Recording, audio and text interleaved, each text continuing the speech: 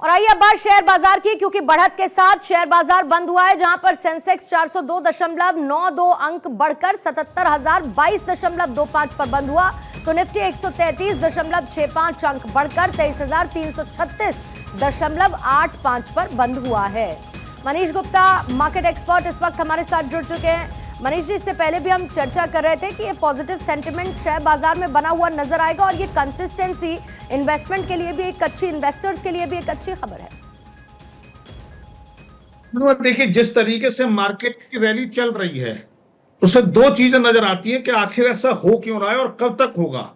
तो हम ये मान के चलते हैं कि अगले 2 हफ्ते यानी कम से कम आज को मिला के 10 वर्किंग डेज जो स्टॉक मार्केट के वो ऐसा होगा, क्योंकि अगले सप्ताह बजट की बात शुरू हो जाएगी।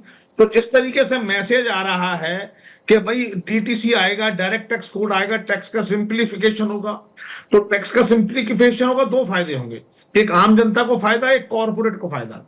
अगर कॉर्पोरेट को फायदा होगा तो स्टॉक चढ़ेगा, आम जनता को फायदा होगा तो आम जनता के हाथ में पैसे आएंगे, जब पैसे आएंगे तो वो लोग पैसे का इन्वेस्टमेंट करेंगे तो मार्केट को फायदा होगा, यानी मार्केट चलेगा।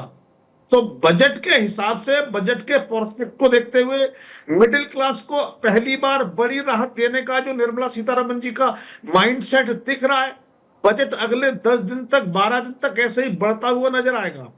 आज भी मार्केट बीच में तो थोड़ा ऊपर चला गया था, बाद में थोड़ा करेक्ट हो गया। अब 2 बातें और समझिए, जिस तरीके से आज ट्रंप शपथ लेने वाले हैं, जिस तरीके से उन्होंने विक्ट्री स्पीच दी, उन्होंने 3 बातों को मेंशन किया। पहली बात उन्होंने कहा चीन पर टैरिफ बढ़ सकता है, चीन पर टैरिफ बढ़ेगा मतलब इंडिया को फायदा, इंडिया को फायदा मतलब इंडिया के 2 इंडस्ट्री को बहुत फायदा होगा, एक मैन्युफैक्चरिंग और स्पेसिफिक लॉजिस्टिक और ट्रांसपोर्टेशन।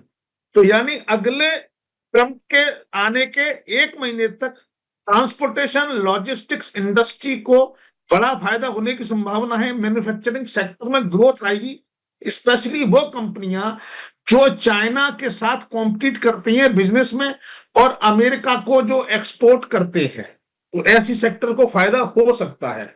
अब देखिए, जिस तरीके से उन्होंने कहा है कि इजराइल फिलिस्तीन का मैंने मामला खत्म कर दिया, हमास का जो युद्ध खत्म कर दिया और उसमें एक्सचेंज होने लगे, जो उनके लोग अरेस्ट कर लिए थे, जो हमास के लोगों ने, वो वापस आ रहे हैं। कहने का मतलब है कि शांति की स्थापना होने की संभावना बढ़ रही है जी।